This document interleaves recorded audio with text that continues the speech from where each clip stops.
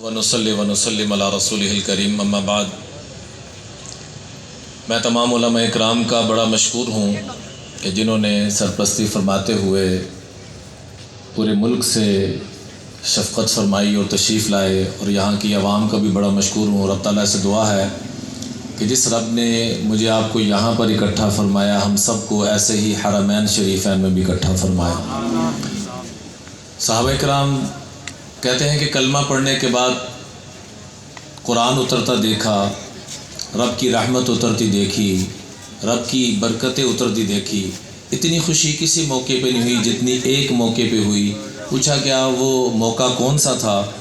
تو صحابہ نے عرض کیا کہ جب اللہ کے محبوب سے یہ پوچھا گیا کہ یا رسول اللہ صلی اللہ علیہ وآلہ وصحبہ وسلم، آپ جنت کے سب سے اونچے مقام پر ہوں گے، آتی محمدن الوسیلہ، اور ہم نیچے ہوں گے، کیا مزہ اس جنت کا کہ جس میں آپ کی زیارت نصیب نہ ہو؟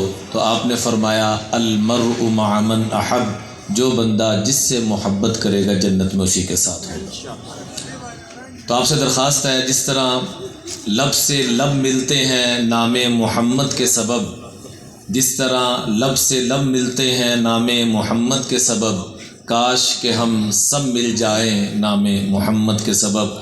کیونکہ وقت اجازت نہیں دے رہا کہ میں مزید کچھ گزارش کروں، اور میں خاص طور پر صدر مجلس استاد العلماء حضرت مولانا قاضی نثار صاحب کا بہت مشکور ہوں کہ ان کی شفقتیں، محبتیں، دعائیں ایک دفعہ پھر کھینچ کر لائیں۔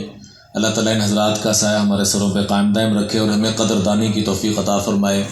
اور مفتی عابد مبارک صاحب انتہائی صفات والے، خوبیوں والے، ان کے ساتھ مختلف الیکٹرانک میڈیا پر ہمیں اللہ تعالیٰ نے مختلف موقعوں پر اکٹھا فرمایا۔ اللہ نے بہت بڑا ظرف دیا ہے، اللہ سے دعا ہے کہ اللہ تعالیٰ اس ظرف میں اور برکتیں نازل فرمائے اور خیروں کا ذریعہ بنائے۔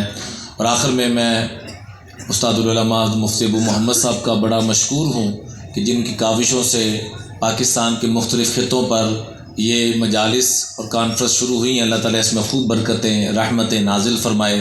ایک پیغام دے کر بات ختم کرنا چاہوں گا۔ صحابہ کرام 313 تھے لیکن صفات والے تھے، 313 تھے، صفات والے تھے۔ تو رب نے کہا اولئک حزب اللہ، الا ان حزب اللہ هم المفلحون، الا ان حزب اللہ هم الغالبون، اولئک کتب فی قلوبہم الایمان، میں نے ان کے دلوں پہ ایمان کو پکا کر دیا۔ جو یہ چاہتا ہے کہ اللہ کی مدد ہمارے ساتھ بھی ہو، تو میں ہاتھ جوڑ کے منت کروں گا کہ صحابہ کرام رضوان اللہ تعالی علیہم اجمعین کا نام جب بھی آئے رضی اللہ تعالیٰ عنہ، ایسی دل کی اتھا گہرائیوں سے کہیں کہ اللہ ان سے راضی ہو گیا، اللہ مجھ سے بھی تو راضی ہو جائے۔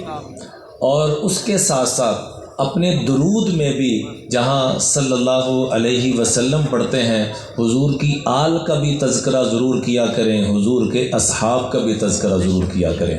اور آخری گزارش، ہمارے استاد محترم حضرت مولانا طارق جمیل صاحب نے کئی مرتبہ یہ بات فرمائی کہ ہمارے استادوں نے یہ بات کہی کہ اگر زندگی کو خوبصورت بنانا چاہتے ہو اور ایمان اور دین کو سیکھنا چاہتے ہو تو کم از کم صحابہ کی زندگی کو 10 مرتبہ ضرور پڑھو۔ حیات الصحابہ 3 جلدوں میں ہے۔